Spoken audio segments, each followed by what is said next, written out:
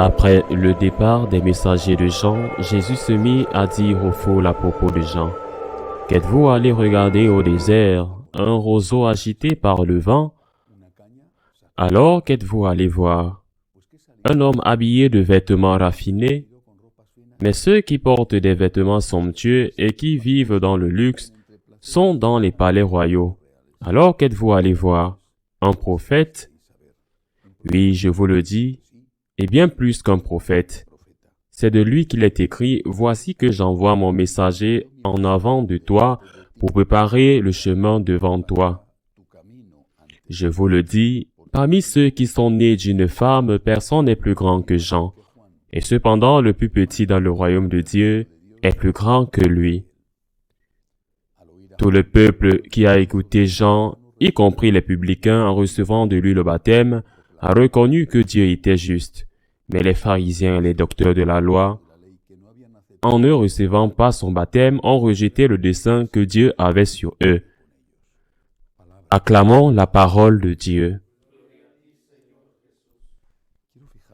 Aujourd'hui, je vais me concentrer uniquement sur un aspect de cet évangile. Bien sûr, il y en a beaucoup d'autres, comme ce point final de la frustration du plan de Dieu. Mais je veux me concentrer sur la définition que Jésus donne de Jean, celui qui prépare le chemin. Aussi, Jean le comprenait ainsi, et il le dit: « Je ne suis que le messager.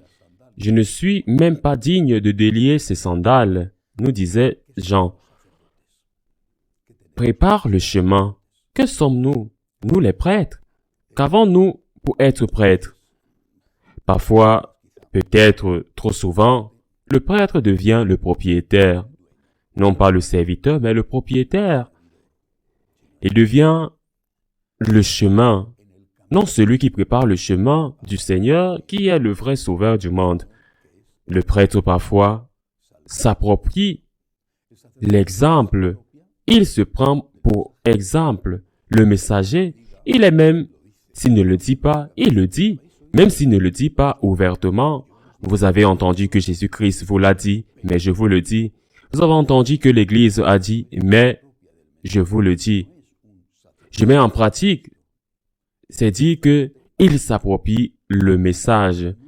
Ce n'est pas un prêtre de Jésus-Christ, ce n'est pas un prêtre d'une nouvelle divinité dont il est le Dieu, parce qu'il est celui qui enseigne.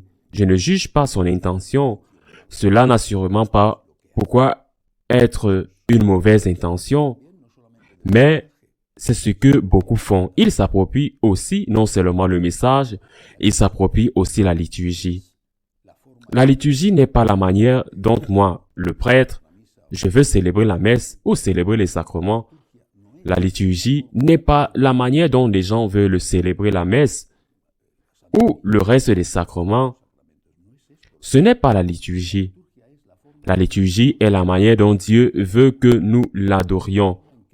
Non la manière dont moi ou l'Assemblée voulons l'adorer, mais la manière dont Dieu veut que nous l'adorions.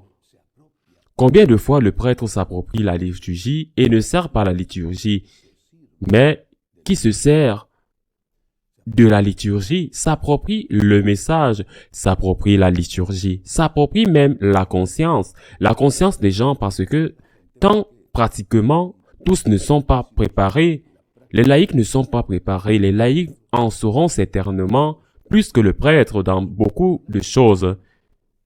Ingénieurs, médecins, avocats, architectes ou simplement mécaniciens, électriciens, plombiers, ménagères qui cuisinent, connaissent à merveille leur métier beaucoup plus que le prêtre, mais ils n'ont pas étudié la théologie.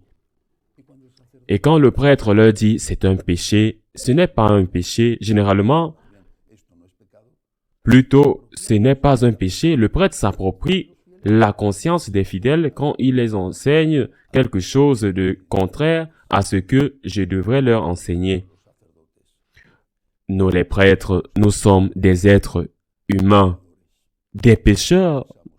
Nous confessons, je le fais certainement, nous sommes des gens qui marchent vers la sainteté parce que nous sommes baptisés comme les autres. et nous serons jugés. J'espère cela avec miséricorde par Dieu notre Seigneur. Mais en tant que prêtre, la seule chose que nous devons faire est de servir et non de nous faire servir. Nous devons imiter l'exemple de Jean, préparer le chemin. Le Christ est le sauveur. Je ne suis le sauveur de personne. Le Christ est mon sauveur, votre sauveur, notre sauveur. Le Christ est le sauveur. Seul le Christ est Dieu.